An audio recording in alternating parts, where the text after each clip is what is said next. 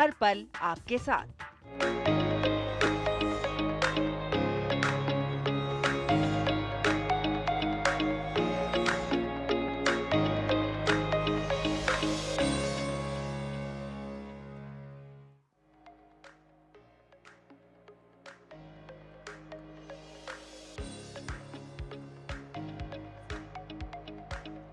नमस्कार। नया सवेरा के एक और एपिसोड के साथ हम आपके सामने हाजिर हैं। मैं हूं शहला निगार और मेरे साथ है मेरी सहयोगी जया सिन्हा। बिल्कुल नई उम्मीदें, नए सपने और एक नई शुरुआत, क्योंकि हर सुबह लेकर आती है अवसर अपार। और इस वक्त नई दिल्ली मेजबानी कर रहा है इंडिया एआई इम्पैक्ट समिट की, यानी कि नवाचार की दुनिया में, एआई की दुनिया में भारत दिखा रहा है अपना दम। इससे जुड़ी तमाम खबरें होंगी, बात होंगी हमारे संवाददाताओं से भी ग्राउंड जीरो से, और भी होगा बहुत कुछ खास आज के नया सवेरा में। बिल्कुल, खेल जगत में क्या हुआ हिट, कैसे रहेगी आपकी सेहत फिट, और साथ ही साथ टेक टॉक होगा, वर्ल्ड वॉच, हर वो बात जो कि आपके दिन को बनाएगी बेहद खास। तो शुरुआत करते हैं हेडलाइंस के साथ।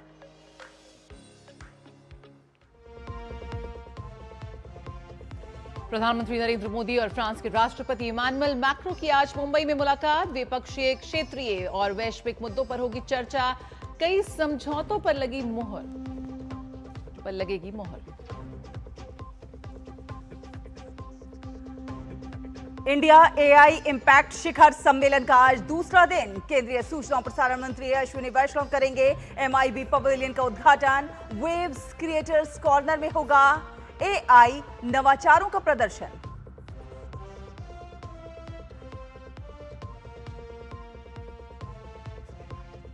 बांग्लादेश में तारिक रहमान की ताजपोशी आज। नए प्रधानमंत्री के तौर पर लेंगे शपथ। भारत की ओर से लोकसभा अध्यक्ष ओम बिरला होंगे समारोह में शामिल।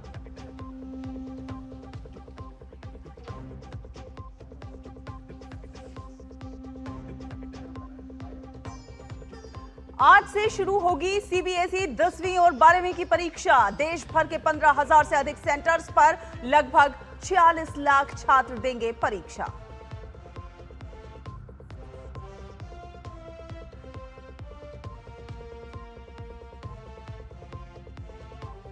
और रोमांचक हुआ टी20 विश्व कप। जिम्बाब्वे के पास इतिहास रचने का मौका।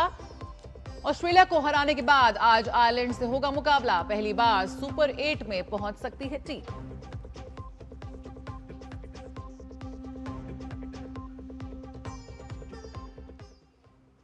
तो चलिए आपको बता देते हैं, प्रधानमंत्री नरेंद्र मोदी आज फ्रांस के राष्ट्रपति इमानुएल मैक्रों से मुंबई में मुलाकात करने वाले हैं। मैक्रों भारत की 3 दिवसीय भारत यात्रा पर हैं। बिल्कुल, और दोनों देशों के राष्ट्राध्यक्ष मुंबई के लोक भवन में द्विपक्षीय बैठकों में भाग लेंगे। इन बैठकों के दौरान वे भारत फ्रांस रणनीतिक साझेदारी में हुई प्रगति की समीक्षा करेंगे। उनकी चर्चा रणनीतिक साझेदारी को मजबूत बनाने और इसे नए तथा उभरते क्षेत्रों में और विस्तारित करने पर केंद्रित होगी।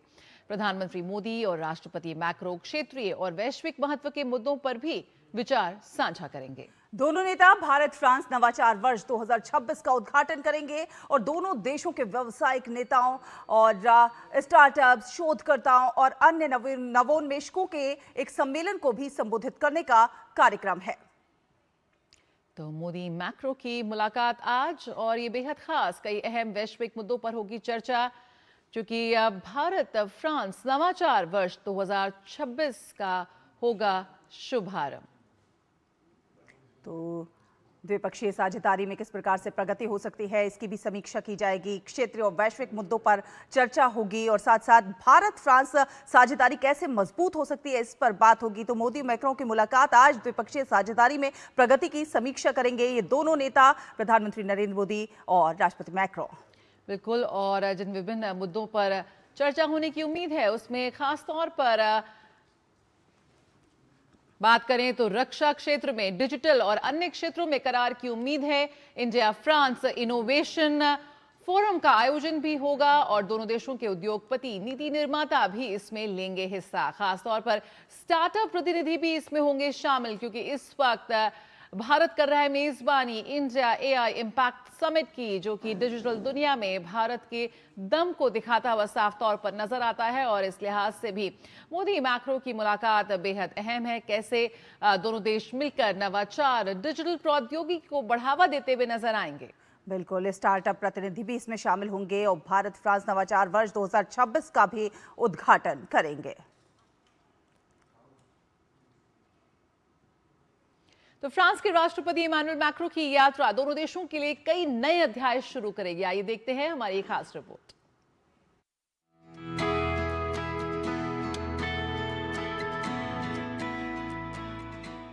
भारत और फ्रांस अब नवाचार में सहयोग के एक नए युग में प्रवेश करने जा रहे हैं।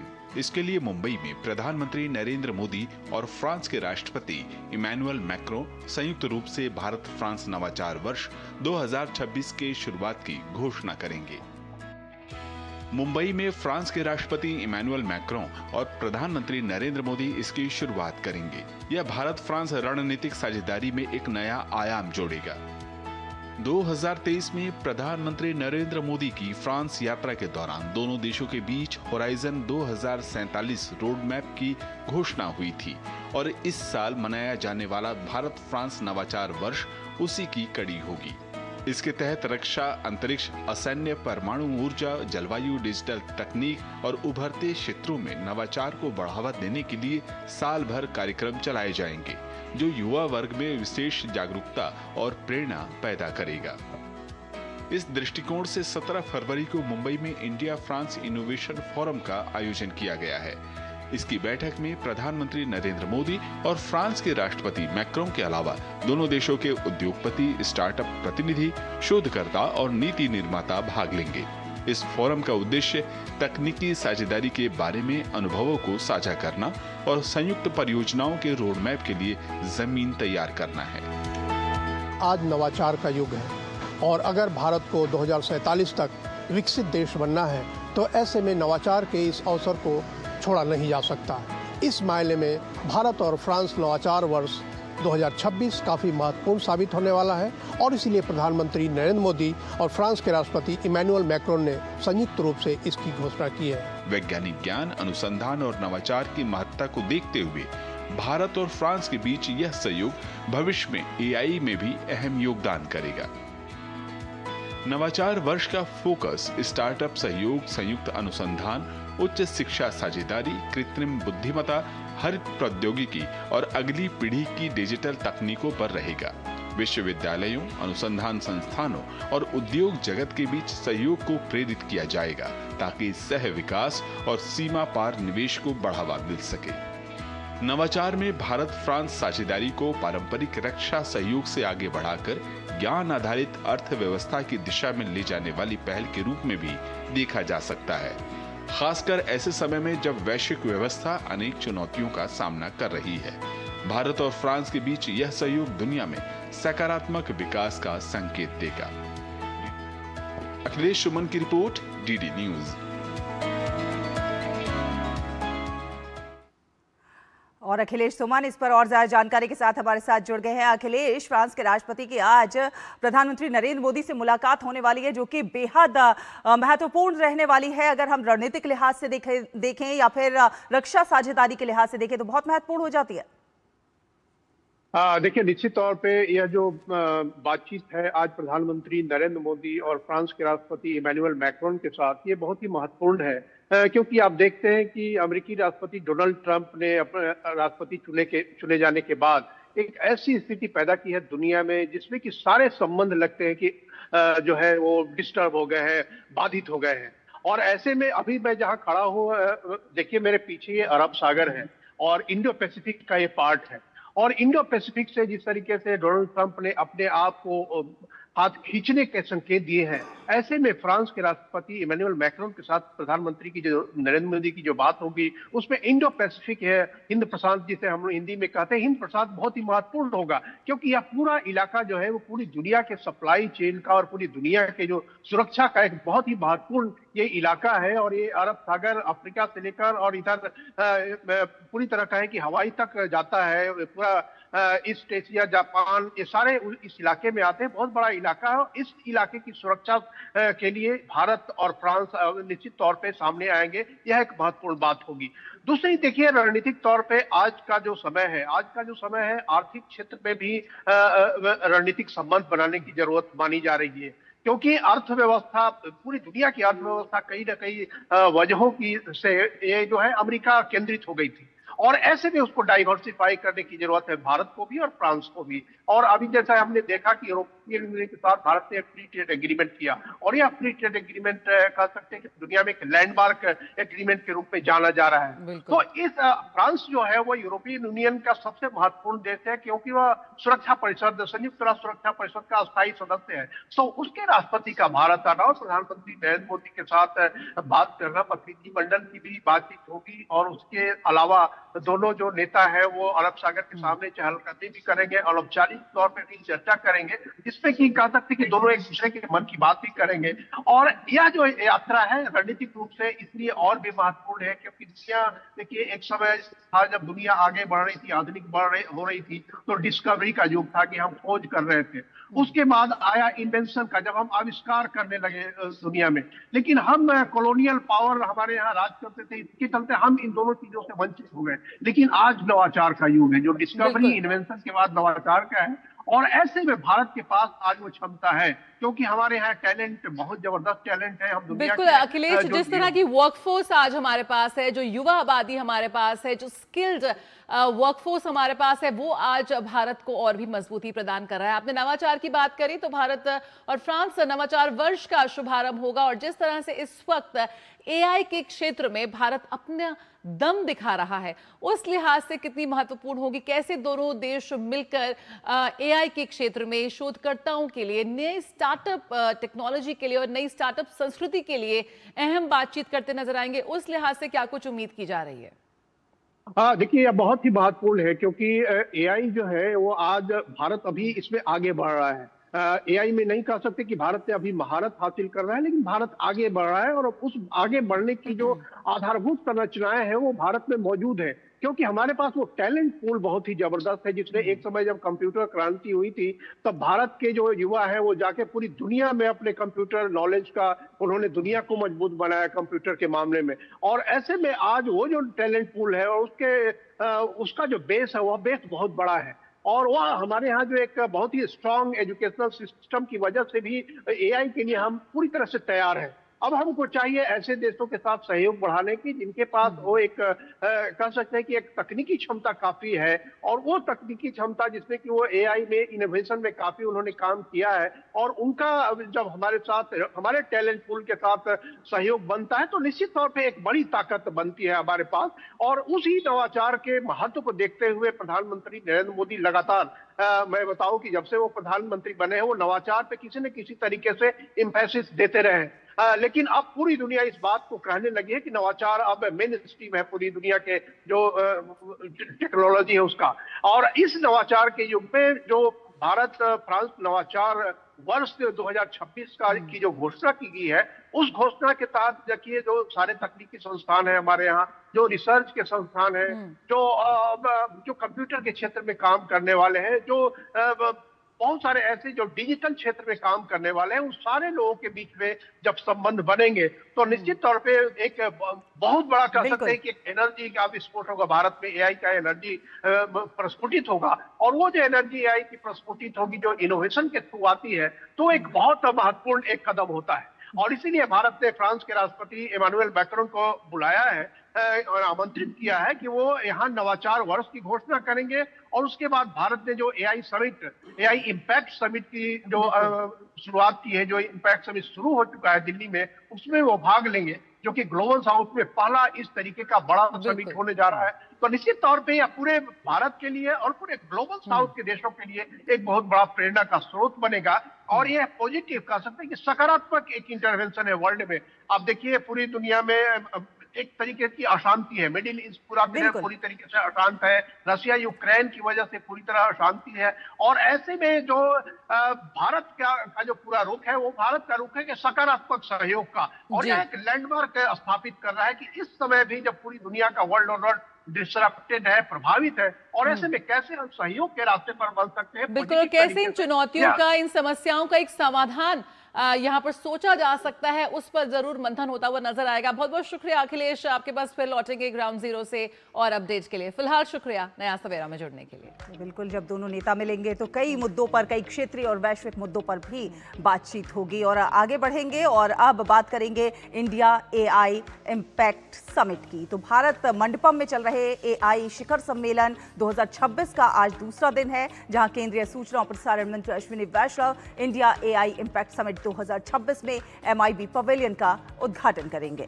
बिल्कुल, और इस पेविलियन में कई पैनल, मास्टर क्लासेस और प्रौद्योगिकी शोकेस होंगे जो मीडिया और मनोरंजन क्षेत्र में AI के प्रभाव को दिखाएंगे। इसमें AI आधारित प्रोडक्शन वर्कफ्लो, बहुभाषी वॉइस टेक्नोलॉजी, गेमिंग नवाचार और कंटेंट मोनेटाइजेशन पर चर्चा होगी। इसके अलावा वेव्स क्रिएटर्स कॉर्नर में भारत के AVGC XR और मीडिया टेक सेक्टर के 51 स्टार्टअप्स AI आधारित इनोवेशंस का प्रदर्शन करेंगे। तो केंद्रीय सूचना और प्रसारण मंत्री अश्विनी वैष्णव करेंगे शुभारंभ MIB पवेलियन का। और इस क्रम में AI इम्पैक्ट एक्सपो में केंद्रीय शिक्षा मंत्रालय एक विशेष सत्र भी आयोजित करने जा रहा है। Ministry of education pushing the frontier of AI in India का आयोजन होगा। इसका मुख्य उद्देश्य भारत के राष्ट्रीय AI in education road map पर विचार विमर्श करना है। इस दौरान AI को भारत के शिक्षा पारिस्थितिकी तंत्र में गहराई से एकीकृत करने के विषय पर फोकस रहेगा। केंद्रीय शिक्षा मंत्री धर्मेंद्र प्रधान, राज्य मंत्री जयंत चौधरी मुख्य अतिथि के रूप में इसमें भाग लेंगे और इसके अलावा कई अन्य सत्रों का भी आयोजन किया जाएगा। इनमें से एक है इनोवेशन टू इम्पैक्ट, जिसमें केंद्रीय मंत्री अनुप्रिया पटेल अपना विचार रखेंगी। From AI innovation to the nation building सत्र का भी आयोजन किया जाएगा। From algorithms to outcomes building AI that works for people सत्र में प्रतिभागी अपने विचार रखेंगे। विश्व स्वास्थ्य संगठन के अधीन responsible AI for health governance implementation and investment considerations सत्र का भी आयोजन किया जाएगा। इसमें गेट्स फाउंडेशन के उपनिदेशक सुनीता कृष्णन सहित कई प्रतिनिधि हिस्सा लेंगे। इसके अलावा AI अपनाने की पहल के तहत AI को काम में लाना, तेजी से अपनाने के माध्यम से उत्पादकता की चुनौती का समाधान शीर्षक से भी एक सत्र का आयोजन किया जाएगा। साथ ही AI इम्पैक्ट एक्सपो में बिहार राज्य के पेविलियन का उद्घाटन भी किया जाएगा।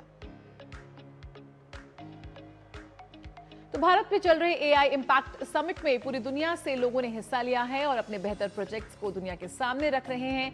अब अगर आप कहीं भी घूमने जाते हैं तो इसमें AI आपकी खास मदद करने वाला है। भविष्य में AI की मदद से आप अपनी जानकारी भी बढ़ा सकते हैं। तो आपको दिखाते हैं ये खास रिपोर्ट। AI किस तरह से दुनिया को बदल रहा है, जानने के लिए इस वक्त हम मौजूद हैं भारत मंडपम में। और ये देखिए चश्मा हमारे पास है। इस चश्मे को पहनकर हम जो सामने तस्वीर है, ये अक्षरधाम मंदिर है, इसमें क्या खूबियां हैं, क्या कुछ है, ये चश्मा पहनकर हम जान सकते हैं AI की मदद से। किस तरह से ये मददगार होगा, नवीन बताएंगे। नवीन बताइए ये क्या आप लोगों ने डिजाइनिंग की। हम देख रहे हैं यहाँ एयरफोन भी रखा है और चश्मा भी लगा है। सो बेसिकली ये AI हम यहाँ पे जो देख रहे हैं ये डिफरेंट डिवाइस फॉर्म फैक्टर्स में है। आपने चश्मा देखा, फिर वहाँ पे TWS है, फोन है, स्पीकर्स है। तो विथ वॉइस और visual intelligence and contextual awareness हम AI को डिफरेंट डिवाइसेस के अंदर with peoples as an daily use cases लेके आ रहे हैं। विच मीन्स टेक्नोलॉजी को अडाप्ट करने की लोगों को जरूरत नहीं पड़ेगी, टेक्नोलॉजी खुद आपको अडाप्ट कर लेगा। वो वैसा AI बना रहे हैं। बहुत महत्वपूर्ण बात कह रहे हैं कि अभी तक होता क्या है कि टेक्नोलॉजी को आपको अडॉप्ट करना पड़ता है, लेकिन टेक्नोलॉजी आपके हिसाब से अडॉप्ट हो जाएगी। आप जिस भाषा में चाहेंगे उस भाषा में आपको विवरण देंगी, किसी तस्वीर के बारे में, किसी जगह के बारे में। जब आप इस चश्मे को लगाकर उस जगह को देखेंगे और AI से पूछेंगे कि बताइए कि यह क्या है, यहाँ क्या खास था, उस पूरा उसका जो इतिहास है वो सामने रख देंगी। तो ये अलग अलग लैंग्वेज में भी या फिर कुछ खास भाषाओं में? हमने खास इंडियन्स के लिए बनाया। इसमें इंडिक लैंग्वेजेस है, हिंदी, गुजराती, तेलुगु, तमिल। हमने साउथ इंडियन लैंग्वेजेस को भी कवर किया है। मेजरली हमारे पास जब स्पीकर चाहता है तो वो अपने खुद के लैंग्वेज में बात कर सकता है, और ऐप भी हम मल्टीपल लैंग्वेजेस में दे रहे हैं। जैसे ये अभी आप देख सकते हो कि हिंदी में है। तो ये देखिए, इनका कहना है कि ये भारतीय लोगों के लिए बना है तो भारतीय भाषा में बना है। तो भारतीय भाषाओं में आप कोई भी, अगर आप गुजराती हैं तो गुजराती भाषा में, अगर आप तमिल भाषी हैं तो तमिल भाषा में जानकारी ले सकते हैं। तो आप कहीं भी जाएं देश में तो आप यह जानकारी ले पाएंगे उस जगह के बारे में विस्तार से। तो इस तरह से एआई मददगार होगा। तो हम देख रहे हैं कि अलग अलग प्रोडक्ट एआई के जरिए इस प्रदर्शनी में दिखाई दे रहे हैं, जो भविष्य में आपके लिए बहुत मददगार साबित होने वाले हैं या फिर दुनिया बदलने वाले हैं कई मामलों में, कई सेक्टर्स में। कैमरामैन सुनील राणा के साथ शैलेंद्र मिश्र, डीडी न्यूज, दिल्ली। तो आइए सीधे शैलेंद्र मिश्र का रुख कर लेते हैं, हमारे संवाददाता जो इस वक्त राजधानी दिल्ली में मौजूद हैं। शैलेंद्र, सबसे पहला सवाल, आज एआई इम्पैक्ट समिट का डे 2 और बहुत ही खास रहने वाला है।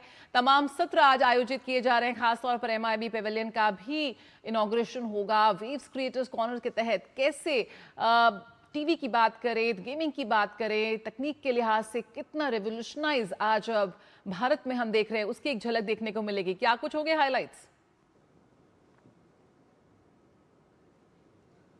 जी हाँ, बिल्कुल। आज सूचना प्रसारण मंत्रालय का जो पेविलियन है हॉल नंबर 5 में, उसका उद्घाटन सूचना प्रसारण मंत्री अश्विनी वैष्णव करेंगे और दिन भर हम देखेंगे कि वहाँ अलग अलग कार्यक्रम होंगे। किस तरह से एआई मनोरंजन की दुनिया बदल रहा है और एआई के उपयोग से जो अलग अलग कार्यक्रम बन रहे हैं या फिर मनोरंजन में हम देख रहे हैं कि प्रगति हो रही है, उन सब की एक झलक वहाँ पर देखने को मिलेगी। अलग अलग जो स्टॉल्स लगाए गए हैं मंत्रालयों की तरफ से या फिर 600 से ज़्यादा स्टार्टअप्स हैं एआई के, जो अपनी उत्पाद की प्रदर्शनी यहाँ पर लगा रहे हैं। और देश और दुनिया से आप देखें तो बड़ी संख्या में आप एआई के इस्तेमाल जिस तरह से हो रहा है उसकी एक झलक भारत मंडपम में दिखेगी। खास बात यह है जया कि उम्मीद से भी ज़्यादा लोगों ने रजिस्ट्रेशन कराया है। 2.5 लाख रजिस्ट्रेशन, जिसकी शायद उम्मीद भी नहीं थी, इस एआई समिट के लिए हुआ। और बड़ी संख्या में हमने कल देखा कि लोग अलग अलग सत्रों में हिस्सा ले रहे हैं। चूँकि 600 से ज़्यादा सत्र होने हैं इन 5 दिनों में और हम देख रहे हैं कि अलग अलग सेशन चल रहे हैं अलग अलग विषय पर। और आज स्वास्थ्य, शिक्षा, ऊर्जा से जुड़े जो सार संग्रह एआई के रिलीज होने हैं, तो निश्चित तौर पर आज दूसरा दिन बहुत महत्वपूर्ण है। देखिए, अगर आप अलग अलग हॉल्स में जाएं जहां पर आप देखें कि जो एआई उत्पाद की प्रदर्शनी लगी हुई है, तो उसमें कल हमने एक प्रदर्शनी का दौरा किया। उसमें हमने देखा कि किस तरह से हैंडलूम वर्कर्स को एआई मदद करने वाला है अपनी डिजाइनिंग के जरिए। यानी जितना समय एक साड़ी में लगता है उसके बुनकर को, वो उससे काफ़ी कम, आधे समय में वो काम अपना पूरा कर सकते हैं। चूँकि डिजाइनिंग में मदद होगी, धागा कौन सा लगाना है, कौन सा धागा पहले लगाना है, सब में एक एआई टूल्स बना है जो भविष्य में मदद करने वाला है। इस तरह से हम देख रहे हैं ऑटो सेक्टर की दुनिया इस तरह से बदलने वाली है। एक प्रदर्शनी लगी थी जिसमें किसी एक कंपनी की जितने भी बाजार में आप कार या फिर कमर्शियल व्हीकल देख रहे हैं, उन सब की मॉनिटरिंग हो जाएगी एक जगह से कि उनकी क्या स्थिति है, उनका माइलेज क्या है या उनका प्रदर्शन क्या है। तो इस तरह से अलग अलग सेक्टर्स में हम देख रहे हैं कि एआई भविष्य में दुनिया बदलने वाला है। एक और बात मैं बताना चाहूँगा आपको कि भविष्य में हेल्थ केयर सेक्टर में किस तरह से एआई से मदद मिलने वाली है। अक्सर बात होती है कि क्या डॉक्टरों की ज़रूरत नहीं रहेगी, ऐसा नहीं है। देखिए, जो हेल्थ केयर वर्कर्स हैं उनको ये उपकरण किस तरह से मदद देंगे, उसके उदाहरण आपको बताता हूँ कि जैसे आँख की में अगर कोई बीमारी है तो जांच में एआई टूल्स कैसे मदद करेंगे, यानी जो अर्ली डिटेक्शन होता है, जांच के जरिए जल्दी पता कर पाएंगे, डायग्नोसिस कर, तो उसमें हेल्थ केयर वर्कर्स को बहुत फायदा होगा।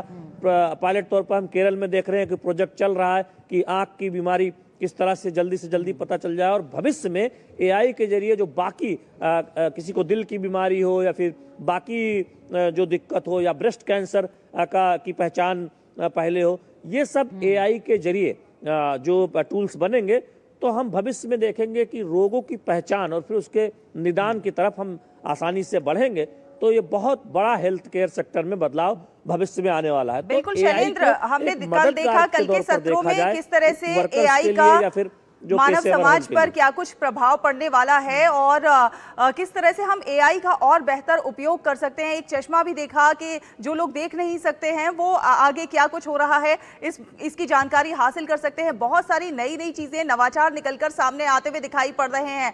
आज भी जो है स्वास्थ्य के क्षेत्र में देखा जाए तो तकनीक आधारित बदलाव की दिशा में आज एक बेहद महत्वपूर्ण कदम उठाया जा रहा है। केंद्रीय स्वास्थ्य मंत्री जेपी नड्डा आज नई दिल्ली स्थित भारत मंडपम में आयोजित इंडिया एआई समिट के मंच से स्वास्थ्य के क्षेत्र में डिजिटल परिवर्तन की दिशा में दो महत्वपूर्ण पहलों की शुरुआत करेंगे और इनमें भारत में स्वास्थ्य सेवा में कृत्रिम बुद्धिमत्ता की रणनीति सही और स्वास्थ्य सेवा में एआई के लिए बेंचमार्क, ओपन डेटा प्लेटफॉर्म, बोध विषय भी शामिल है। और सही एक राष्ट्रीय परामर्श ढांचा है जिसका उद्देश्य जो है वो देश की स्वास्थ्य प्रणाली में कृत्रिम बुद्धिमत्ता यानी हमारी जो एआई है उसको सुरक्षित, नैतिक और साक्ष्य आधारित और समावेशी तरीके से शामिल करना है। स्वास्थ्य मंत्रालय के अनुसार ये रणनीति एआई समाधानों के उपयोग, डेटा प्रबंधन, सत्यापन, तैनाती और निगरानी के लिए बेहद स्पष्ट और दूरदर्शी दिशा प्रदान करेगी। साथ ही साथ ये पहल राज्यों और स्वास्थ्य संस्थानों को सार्वजनिक स्वास्थ्य प्राथमिकताओं के अनुरूप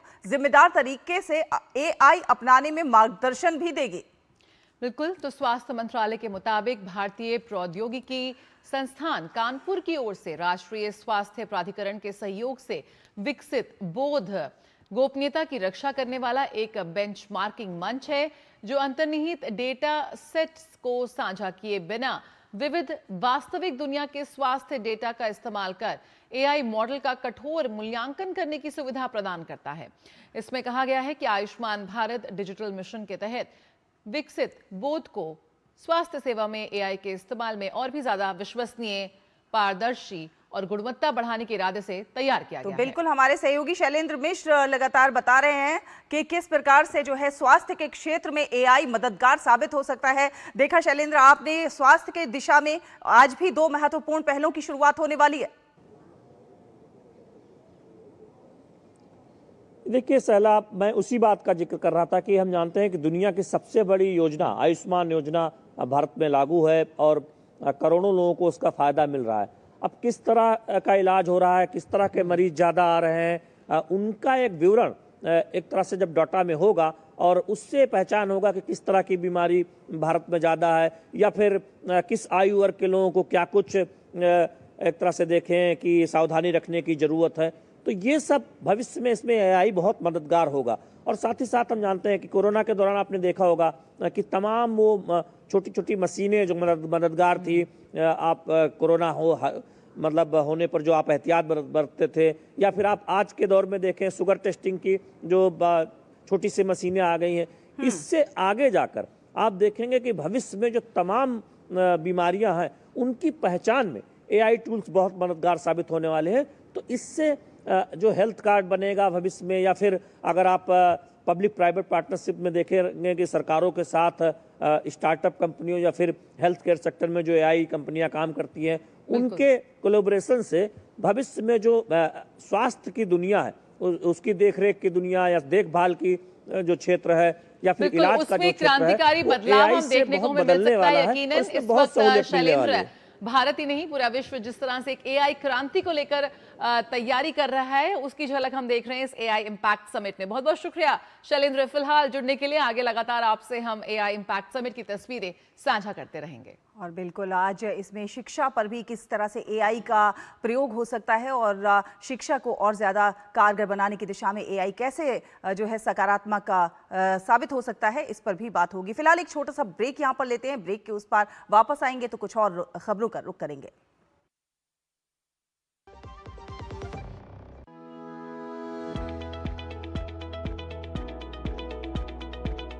प्रधानमंत्री श्री नरेंद्र मोदी के नेतृत्व में प्रदूषण रहित देवी बसों के जरिए राजधानी के हर कोने तक पहुंच बढ़ाने में जुटी है दिल्ली की रेखा गुप्ता सरकार।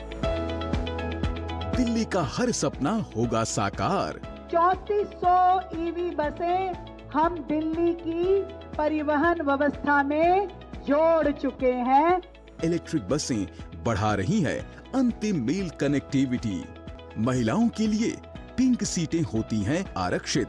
पैनिक बटन और सीसीटीवी कैमरों से यात्रा होती है सुरक्षित। अच्छी है बस भी, बस की क्वालिटी सब कुछ अच्छा है। देवी बस की सर्विस भी बहुत बढ़िया है, सही सफर कर लेता हूँ मैं। पूरा होगा आसान सफर का वादा, प्रदूषण कम करने का इरादा।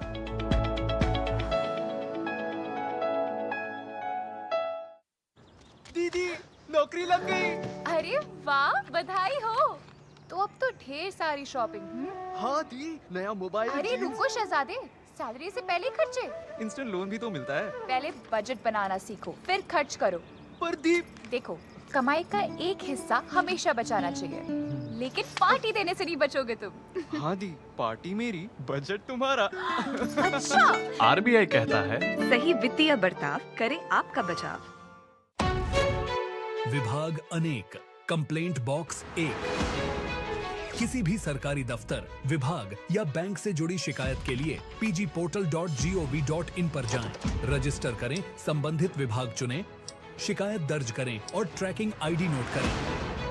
एसएमएस या ईमेल पर एक्नॉलेजमेंट पाएं और शिकायत का जवाब सीधे मंत्रालय से प्राप्त करें। अब तक 1 करोड़ 12 लाख से अधिक भारतीयों ने भरोसा जताया। सीपी ग्राम्स, आपकी हर शिकायत का हल।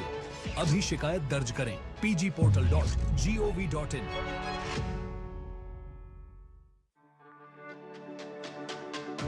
मेरी पसंद, मेरी पसंद, मेरी पसंद, मेरी पसंद, हमारी पसंद, हम सबकी पसंद। मजबूत देश का मजबूत सरिया हो गया स्टील। ब्रेक के बाद स्वागत है, आप देख रहे हैं नया सवेरा। और अब रुख करते हैं कुछ दूसरी खबरों का। आपको बता दें कि गृह एवं सहकारिता मंत्री अमित शाह आज गुजरात के दौरे पर रहेंगे और इस दौरान वो विभिन्न कार्यक्रमों में भी शामिल होंगे। अमित शाह अहमदाबाद में GMERS मेडिकल कॉलेज से जुड़ी 16 सिविल अस्पताल में मोबाइल ब्लड कलेक्शन वैन का शुभारंभ करेंगे।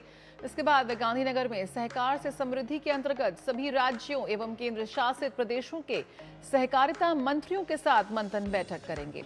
ये मंथन मीटिंग पीएम मोदी के सहकार से समृद्धि के विजन को पूरा करने की दिशा में एक अहम कदम है, जिसमें कोऑपरेटिव सेक्टर को ज्यादा ट्रांसपेरेंट, मॉडर्न और मेंबर सेंट्रिक बनाने के लिए स्ट्रक्चरल सुधारों पर फोकस किया जाएगा।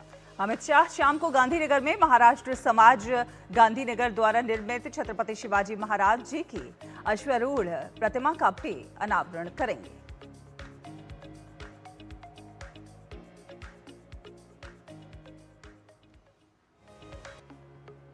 और भारत और अमेरिका के बीच व्यापार वार्ता का अगला दौर जल्द शुरू होने जा रहा है। भारतीय अधिकारियों का एक उच्च स्तरीय दल अगले सोमवार को वॉशिंगटन के लिए रवाना होगा। इस प्रतिनिधि मंडल का नेतृत्व वाणिज्य मंत्रालय में संयुक्त सचिव और मुख्य वार्ताकार दर्पण जैन करेंगे। टीम में विदेश मंत्रालय के अधिकारी भी शामिल होंगे। माना ही जा रहा है कि इस दौर की जो बातचीत होगी उसमें दोनों देशों के बीच व्यापार और आर्थिक सहयोग से जुड़े अहम मुद्दों पर चर्चा होगी और ये बैठक भारत अमेरिका जो व्यापार है, संबंध है, उनको नई गति देती हुई नजर आएगी। और अब बात बोर्ड्स की। जी हां, सीबीएसई की 10वीं और 12वीं कक्षा के बोर्ड परीक्षाएं आज से शुरू हो रही हैं, जिसमें देश और विदेश के 46 लाख से अधिक छात्र शामिल होंगे।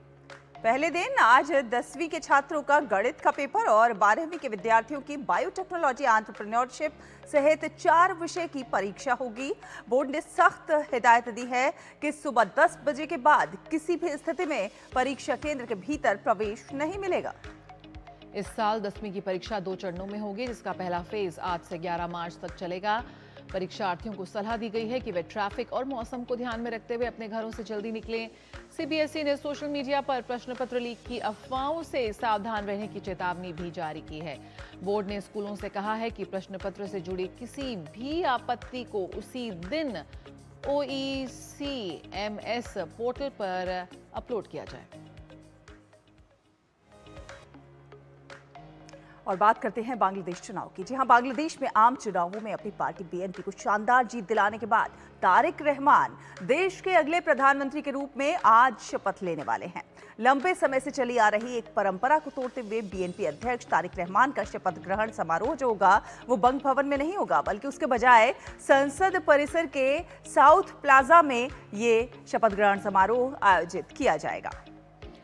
और इस शपथ ग्रहण समारोह में भारत का प्रतिनिधित्व लोकसभा अध्यक्ष ओम बिरला करेंगे। विदेश सचिव विक्रम मिस्री भी ओम बिरला के साथ उपस्थित रहेंगे। तो बांग्लादेश में नई सरकार संसद परिसर के साउथ प्लाजा में ये शपथ ग्रहण समारोह होने जा रहा है और शपथ ग्रहण में दुनिया भर के नेता शामिल होने जा रहे हैं। और नवल संघ परमार हमारे सहयोगी संवाददाता हमारे साथ और ज्यादा जानकारी के साथ जुड़ रहे हैं। नवल संघ, बांग्लादेश में बीएनपी को काफी अच्छी जीत दिलाने के बाद अब तारिक रहमान जो है प्रधानमंत्री के रूप में आज शपथ लेने वाले हैं। 35 सालों के बाद कोई पुरुष प्रधानमंत्री। बांग्लादेश में देखा जाए तो पिछले 3.5 दशक तक अवामी लीग या तो बांग्लादेश नेशनलिस्ट पार्टी की सरकार रही, जिसमें खालिदा जिया और शेख हसीना बारी बारी प्रधानमंत्री रही। दोनों महिला प्रधानमंत्री ने 3.5 दशक तक बांग्लादेश पे जो है राज किया। अभी 3.5 दशक बाद जो है एक बार फिर पुरुष प्रधानमंत्री होंगे तारिक रहमान।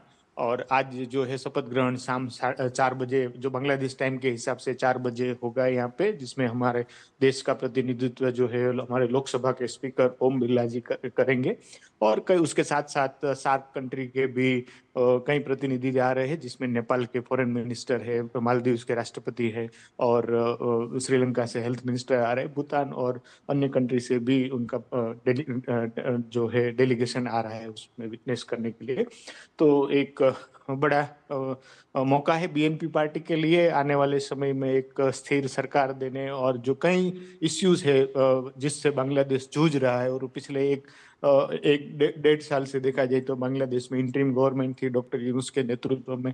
हालांकि वो गवर्नमेंट लॉ एंड ऑर्डर को अच्छे तरीके से प्रोवाइड करने में काफ़ी नाकाम रही, उसको चलते लोगों में काफ़ी नाराजगी भी थी। और उसी को जो है एक कह सकते हैं कि परिणाम स्वरूप एक स्थिर सरकार के लिए बांग्लादेश नेशनलिस्ट पार्टी को एक ह्यूज मैंडेट मिला। तो एक इलेक्टेड गवर्नमेंट हो जो आने वाले समय में जो पॉलिसी निर्धारण करे और बांग्लादेश के काफ़ी सारे जो इश्यूज है उसको सॉल्व करने में वो आगे आए, तो उसको तारिक रहमान के ऊपर बड़ी जिम्मेदारी होगी। लॉ एंड ऑर्डर के साथ साथ इकोनॉमिक इश्यूज है, इन्फ्लेशन है और महंगाई के साथ अनएम्प्लॉयमेंट बड़े तादाद पे बांग्लादेश में है और फॉरेन इन्वेस्टमेंट बिल्कुल रुक चुका है। डोमेस्टिक इन्वेस्टमेंट जो है उसमें भी बहुत सारे इश्यूज है। बैंकिंग सेक्टर काफ़ी जो है वो खराब परिस्थिति से गुजर रहा है। साथ साथ डेप्ट सर्विसिंग, बांग्लादेश एक ह्यूज डेप्ट में भी है, फॉरेन जो है उनका डेप्ट बहुत ज़्यादा है, तो डेप्ट सर्विसिंग भी बहुत ज़्यादा है। तो आने वाले समय में तारिक रहमान की सरकार के लिए काफ़ी सारी चुनौतियां भी होगी, लेकिन बांग्लादेश को एक स्थिर सरकार दे पाए तो उनके लिए एक अच्छा मौका है। बिल्कुल, इस वक्त जिस तरह की तस्वीरें सामने आ रही हैं, लग रहा है कि जिस स्थिरता की बात हो रही थी, जिस शांति की बात हो रही थी, जिन समाधानों का जिक्र लगातार किया जा रहा था, कहीं उसकी तरफ एक कदम बढ़ाता हुआ बांग्लादेश साफ तौर पर नजर आ रहा है। बहुत बहुत शुक्रिया फिलहाल इस जानकारी के साथ जुड़ने के लिए नवल।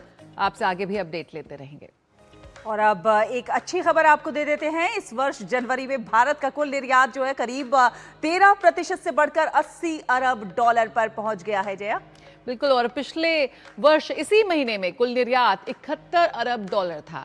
वहीं कुल आयात में 19% की वृद्धि दर्ज की गई, जो बढ़कर $9 अरब हो गई है। वाणिज्य मंत्रालय के अनुसार बढ़ते आयात के कारण व्यापार घाटा भी बढ़कर $10 अरब पर पहुंच गया है, जो पिछले वर्ष की तुलना में लगभग 2 गुना है। जनवरी में वस्तु और सेवा दोनों क्षेत्रों में निर्यात और आयात में वृद्धि हुई है और सेवा निर्यात में उल्लेखनीय बढ़ोतरी दर्ज की गई है।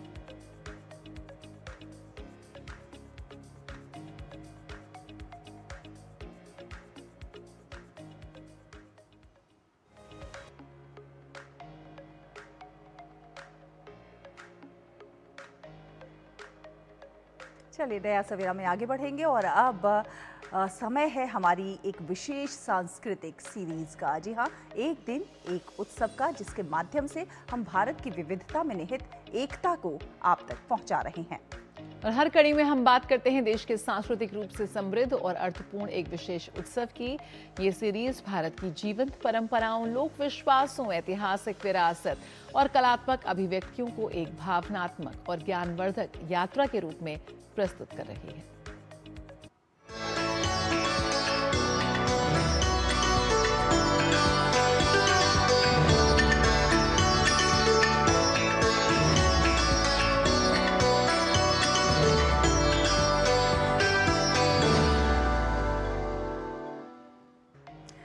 आज हम आपको लेकर चलते हैं केरल की हरी भरी धरती पर, जहां संस्कृति और विरासत का अनोखा संगम देखने को मिलता है। यहाँ के अनोखे पर्व और त्योहार अपने अंदर वर्षों पुरानी परंपरा को समेटे हुए हैं। ऐसे ही एक त्योहार है मचद ममकम। आपने घोड़े पर सवार इंसान कई बार देखा होगा, लेकिन इस त्योहार में लकड़ी के घोड़े इंसान पर सवार होते हैं और सांस्कृतिक धुनों स्थानीय लोग उत्सव मनाते हुए नजर आते हैं इन धुनों के साथ।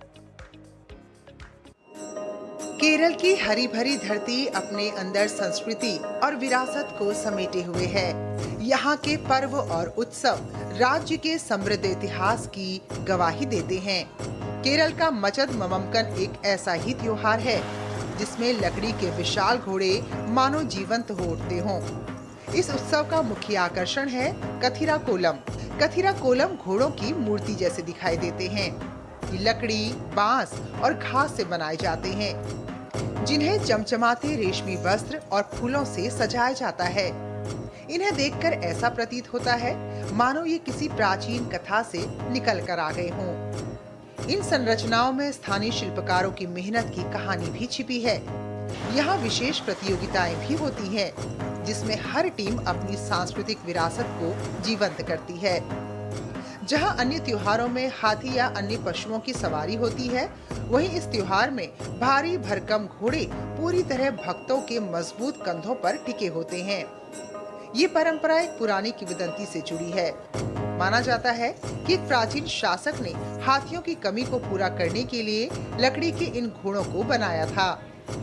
इस पर्व के दौरान मंदिर का आंगन एक जीवंत मंच बन जाता है, जहां अलग अलग क्षेत्रों से आई टीमें अपने घोड़े की मूर्ति को प्रदर्शित करती हैं। जुलूस में चेड़ा मेलम की थर्राती ताल और पंचवद्यम की मधुर धुनें हवा में गूंजती हैं। ये ध्वनियाँ दर्शकों को मंत्रमुग्ध कर देती हैं और हर कदम में इतिहास की गूंज सुनाई देती है। Bureau report, DD news.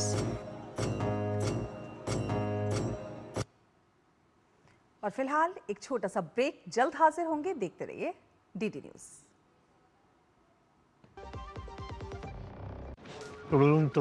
Video call. मैं सीनियर इंस्पेक्टर काली पहाड़ी चौकी से। यस, आपके पार्सल में ड्रग्स मिले हैं। ड्रग? मने आपको अरेस्ट किया जाता है। यदि बचना चाहते हो तो 2 लाख रुपए। ये फोन पे कौन अरेस्ट करता है? तुम पुलिस नहीं है और हम गोगा मतलब मूर्ख नहीं है। यूपीआई कहता है अगर कोई नकली पुलिस बन के आपको भी कॉल करे और डराए तो कहो मैं मूर्ख नहीं।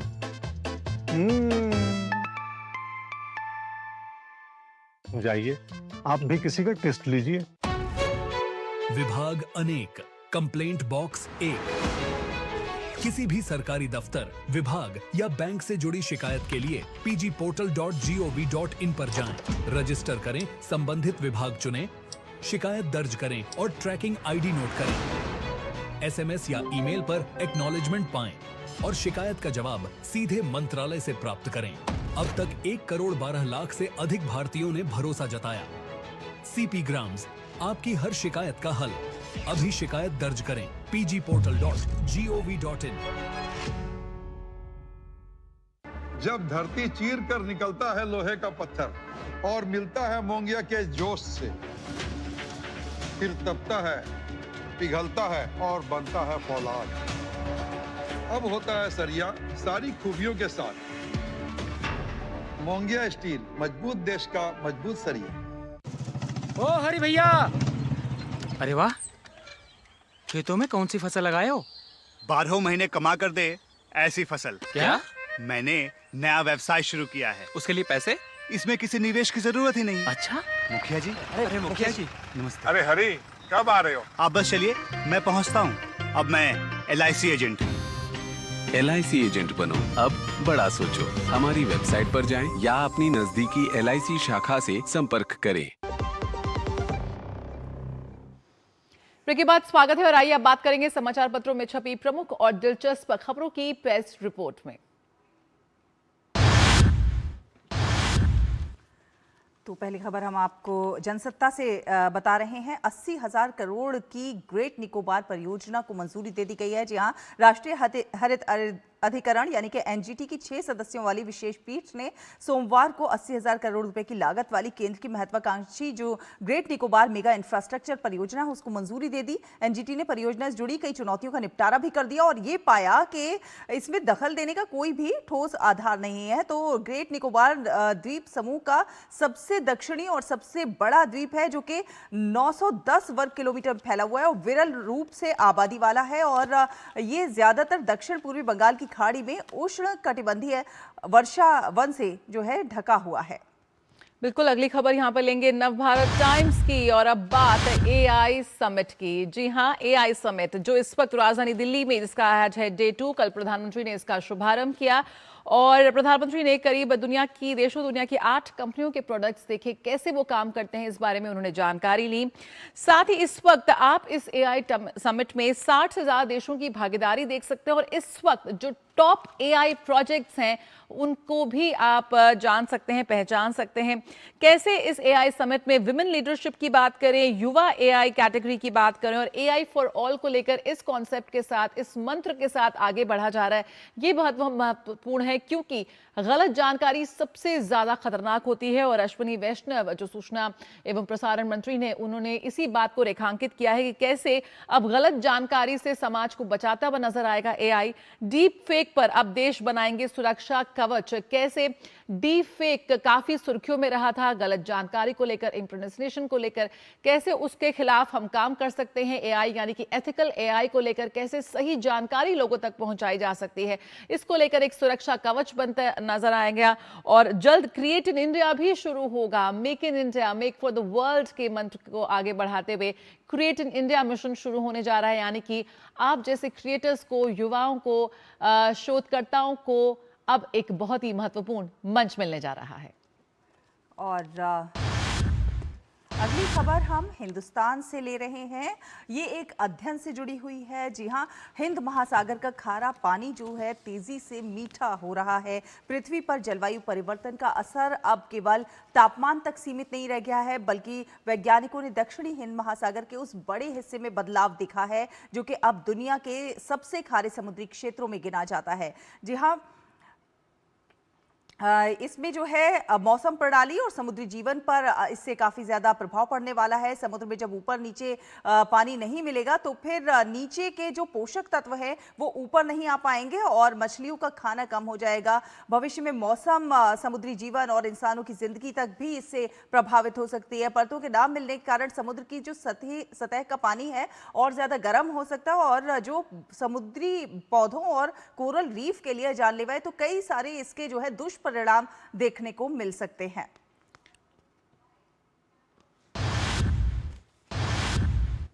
और इसी के साथ अखबारों की सुर्खियों में फिलहाल इतना ही। आगे हम बात करेंगे मनी मंत्रा की, यानी कि अगर आप सोना या चांदी में निवेश की योजना बना रहे हैं तो बाजार की ताजा चाल समझना जरूरी है। बिल्कुल, और इसीलिए सोना चांदी में निवेश का क्या है सही समय, आइए जानते हैं ग्राफिक्स के जरिए। तो सोना चांदी में निवेश क्या है सही समय? लंबी अवधि के लिए आप निवेश कर सकते हैं और पोर्टफोलियो में सुरक्षित विकल्प आप चुन सकते हैं। साथ साथ शॉर्ट टर्म निवेश के लिए थोड़ा सा इंतजार करना जरूरी है। मजबूत डॉलर से दबाव में सोना चांदी एक मुश्त खरीदारी के बजाय आप एसआईपी कर सकते हैं। साथ साथ स्टॉप लॉस तय करके ही निवेश करें तो ये आपके लिए बेहतर होगा। तो बाजार की ताज़ा चाल जो भी हो उसे समझना जरूरी होता है, तभी निवेश करना बेहतर होता है। अब सोना चांदी बेच दें या होल्ड करें, ये भी महत्वपूर्ण सवाल है। तो अगर सोना होल्ड करेंगे, यदि लक्ष्य 3 साल तक का है और अगर यदि चरणबद्ध तरीके से खरीदा है, यदि लाभ में है तो आंशिक मुनाफा भी ले सकते हैं। चांदी की बात करें तो होल्ड करें यदि 2 साल तक है।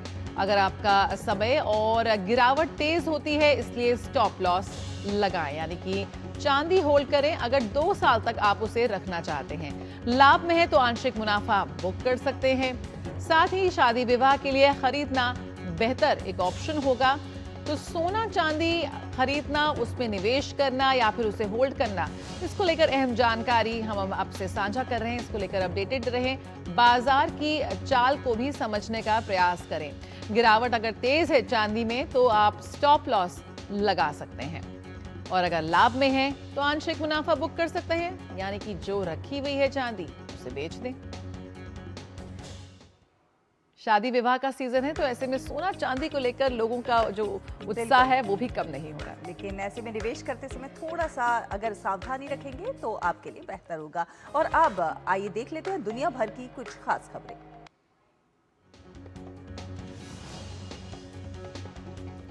केन्या के मुख्य अंतर्राष्ट्रीय हवाई अड्डे जोमो केन्याटा इंटरनेशनल एयरपोर्ट पर कर्मचारियों की हड़ताल के कारण कई उड़ानें प्रभावित हुई हैं, जिससे यात्रियों को भारी परेशानियों का सामना करना पड़ रहा है।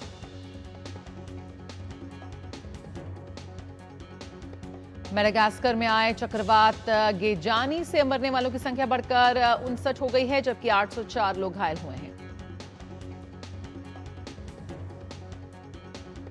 मैक्सिको और कनाडा इस साल की दूसरी छमाही में खनिज, इंफ्रास्ट्रक्चर और सप्लाई चेन पर संयुक्त एक्शन प्लान करेंगे।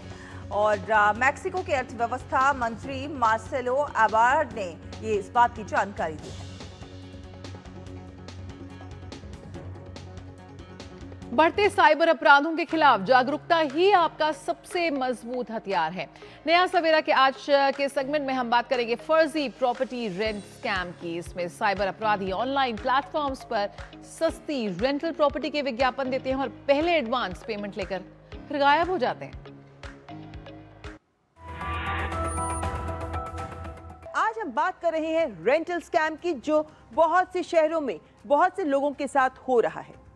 अगर आप ऑनलाइन किराए पर घर या फ्लैट ढूंढ रहे हैं तो इस सुविधा का फायदा उठा रहे हैं साइबर ठग। ये ठग फर्जी तस्वीरों या फिर नकली ऐड के माध्यम से आपको फंसाते हैं। ये खुद को आर्मी ऑफिसर या सरकारी कर्मचारी या बाहर पोस्टेड ऑफिसर बताकर आपका भरोसा जीतते हैं। किराया भी बाजार में जो दाम है उससे बहुत कम बताते हैं ताकि आप लालच में आ जाएं। और फिर बुकिंग को आपके लिए होल्ड करने के नाम पर कोई एडवांस या टोकन मनी आपको ऑनलाइन ट्रांसफर करने को कहते हैं। और जैसे ही आप पैसा भेजते हैं ये आपका नंबर ब्लॉक कर देते हैं और इनकी ऐड भी गायब हो जाती है, लेकिन आप फंस जाते हैं। तो इस तरह के रेंटल स्कैम से आप रहें सावधान। और नया सवेरा में अब बात कर लेते हैं मौसम के हाल की।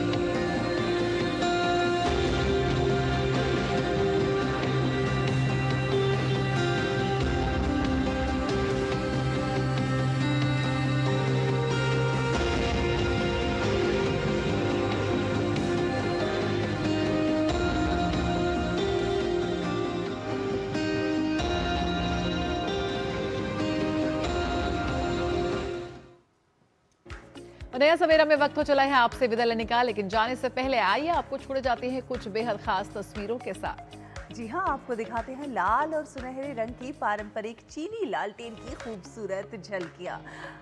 जहाँ पर पारंपरिक लाइन डांस से रूस की राजधानी मॉस्को जगमगा उठी है। आप इन खूबसूरत झलकियों का आनंद लीजिए। मुझे, जया को और हमारी पूरी टीम को दीजिए अनुमति। नमस्कार।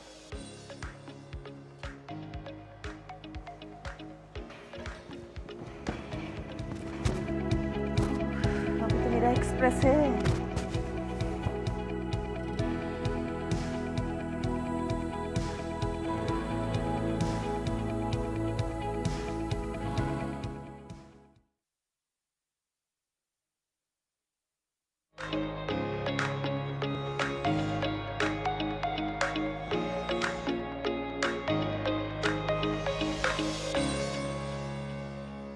नया सवेरा के प्रायोजक थे LIC, हर पल आपके साथ।